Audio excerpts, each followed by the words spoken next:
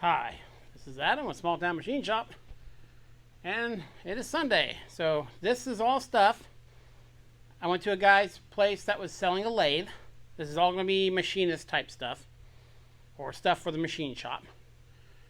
And the lathe was completely trashed. It was like a 18 or 20 inch ancient cone head Lindy that had been crashed multiple times to the point that the slide for the compound where you would slide in your quick change tool post, your lantern tool post, was so broken out that the guy had taken a bolt and just nickel welded it up. And that's what his quick change tool post mounted to. And it was just war.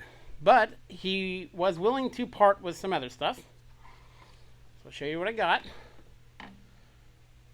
I got all this for 75 bucks. I organized some stuff so it wouldn't be in a big bag like it was.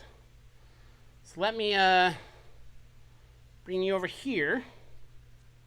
By the way, these blue totes, have you ever come across these?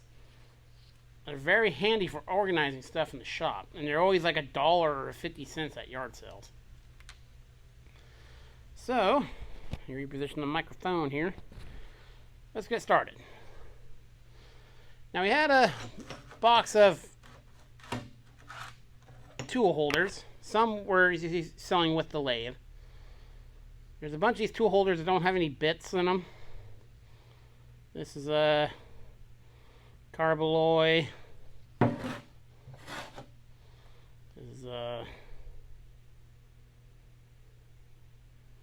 no, doesn't say. That's like a threading tool.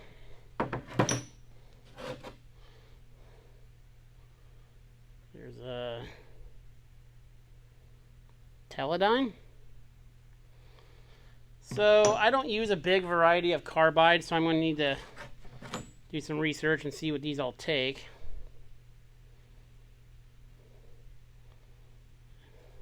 But they were I only wanted 10 bucks for all of them, so I went ahead and grabbed them.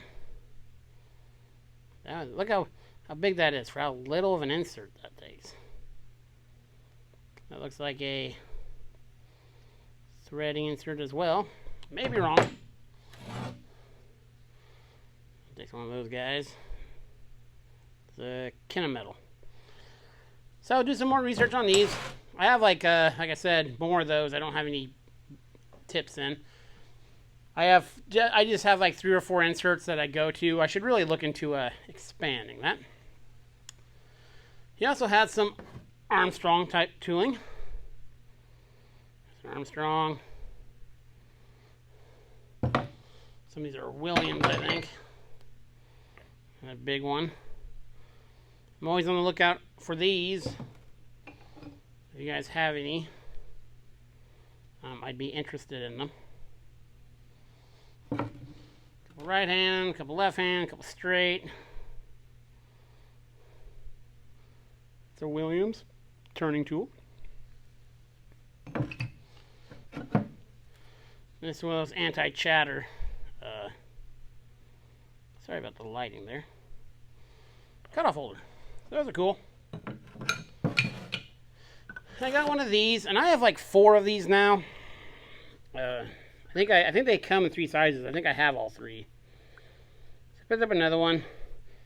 They're kind of, you have to make your own plate for them. You know, this is all one piece. So I've never actually used any of them. But I think he wanted like $5 for it. So now go through some more of the mundane stuff. Here's all I got a whole bunch of 1 Morse taper drill bits. And I'm looking for 1 Morse taper drill bits.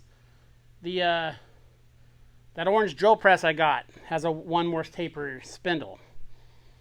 So if anyone's looking to sell any of those, I'd be interested. Then a couple sleeves. Here's just a standard 2-to-1, 4-to-3, a 2-to-3, and a 2-to-1. It's a lot of stick out for the lathe, but for a drill press, wouldn't be too bad. Then here was the cool stuff I got. Here's a Jacobs drill, needs a shank. Here's a Jacobs 3/4 capacity. Needs a shank.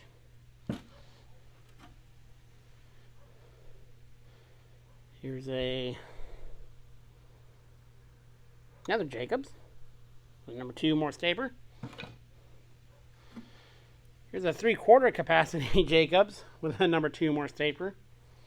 This is my second one in this configuration. That seems like a big chuck for that taper. And this was the cool guy. This is a 1-inch capacity Jacobs Super Chuck. It was very cool. The guy had like 10 chucks. The rest of them he wants to sell with the lathe. But let those ones go. I'm going to reposition you over here.